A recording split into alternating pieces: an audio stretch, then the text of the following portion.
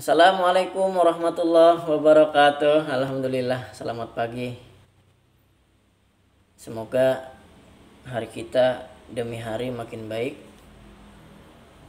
Bukan justru terjadi kemunduran, makin hari makin tidak menjadi pribadi yang lebih baik. Salawat dan salam tidak pula kita lupa untuk selalu bersalawat kepada baginda Nabi Muhammad SAW yang mengajarkan sholat kepada kita. Kata Rasulullah, "Shollu kama ra'aitumuni usolli." Sholatlah kalian sebagaimana aku sholat. Jadi sholat itu memang sudah dicontohkan oleh Nabi kita Muhammad SAW. Kemudian sampai kepada para sahabat, para tabi'in, tabi'in, sampai kepada guru-guru kita, dan sampailah ilmu itu kepada kita semua. Baiklah, apa manfaat dari gerakan-gerakan sholat?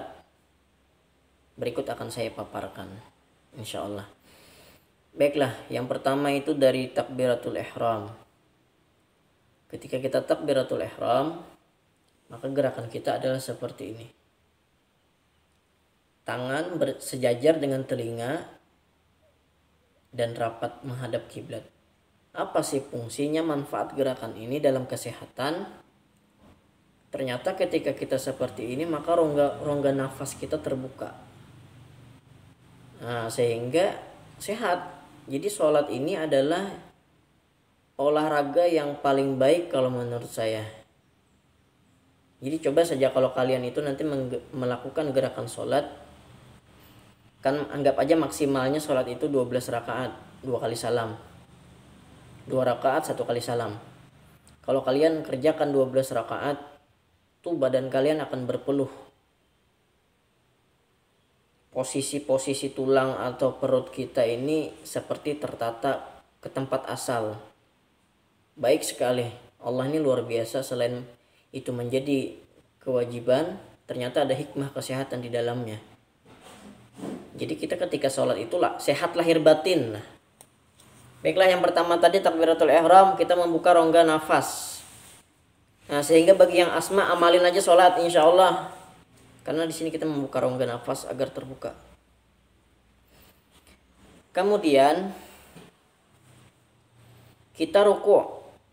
Ruku' itu kan posisinya lurus. Tangan kita memegang lutut. Itu nanti akan mengencangkan urat yang ada di bawah lutut ini. Kalau orang yang stroke, itu biasanya dikarenakan karena urat di sini yang terlilit tuh, karena kita sering beraktivitas macam-macam. Mungkin ada yang di kantor, ada yang di sekolah, atau tukang sapu-sapu. Kalau badannya sakit-sakitan, uratnya itu biasanya mengikat di bagian kaki. Nah, ini kalau tidak diurut, urut itu adalah media lain untuk penyembuhan itu.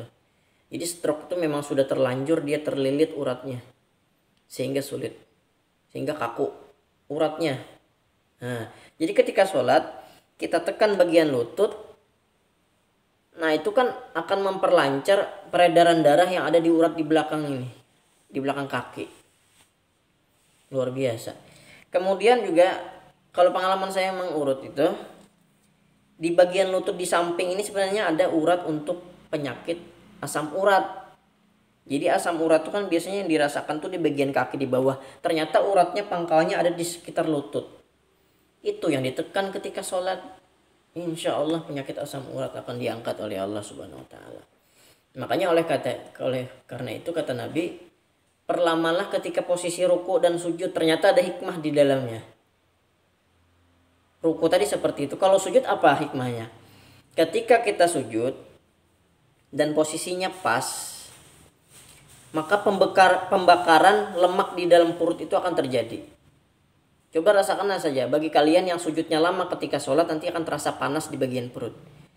Itu adalah proses pembakaran lemak di dalam perut.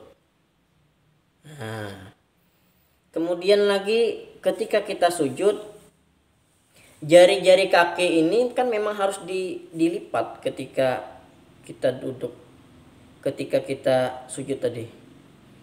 Karena di setiap sela-sela jari ini ada urat-urat penting juga yang kalau dia kaku maka tidak nyaman.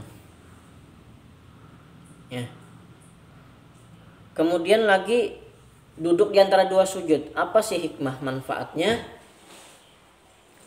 Ada peneliti yang mengatakan bahwasanya duduk iftirash atau duduk di antara dua sujud itu gunanya untuk menahan penyakit wasir atau ambeien. Nah, itu biasanya usus yang berlebihan akhirnya keluar. Ini bahaya nih. Ini kalau tidak disembuhkan bisa najis terus. Tapi dalam Islam ada keringanan bagi yang berpenyakit seperti ini. Mungkin bisa diperban agar tidak terjadi najis, tapi perbannya harus diganti terus. Selalu ada kemudahan. Begitu juga penyakit orang yang penyakit silsil baul, mohon maaf. Silsil baul ini berkemih tapi tidak berhenti netes. Itu ada memang penyakitnya. Dalam Islam itu diperbolehkan diperban, tapi setiap sholat harus diganti. Barangkali dia merasa ragu dengan kondisi seperti itu. Boleh dalam Islam. Celananya pun harus diganti langsung. Baiklah, kemudian apa hikmah kepala kita sujud di lantai? Ada penelitian di barat bahwasanya katanya di kepala ini ada satu urat kecil. Yang mana urat kecil tadi akan mengalir ketika hanya sujud. Itulah yang menjadi otak itu encer kalau itu jalan, urat itu. Nah, jadi perlamalah sujud agar memperencer otak kita sehingga mudah menerima ilmu-ilmu. Nah, jadi luar biasa sekali, banyak sekali hikmah di dalam sholat. Semoga apa yang saya sampaikan ini bermanfaat bagi kehidupan kita di dunia dan akhirat. Setidaknya ini menjadi amal jariah. Jika seandainya nanti Allah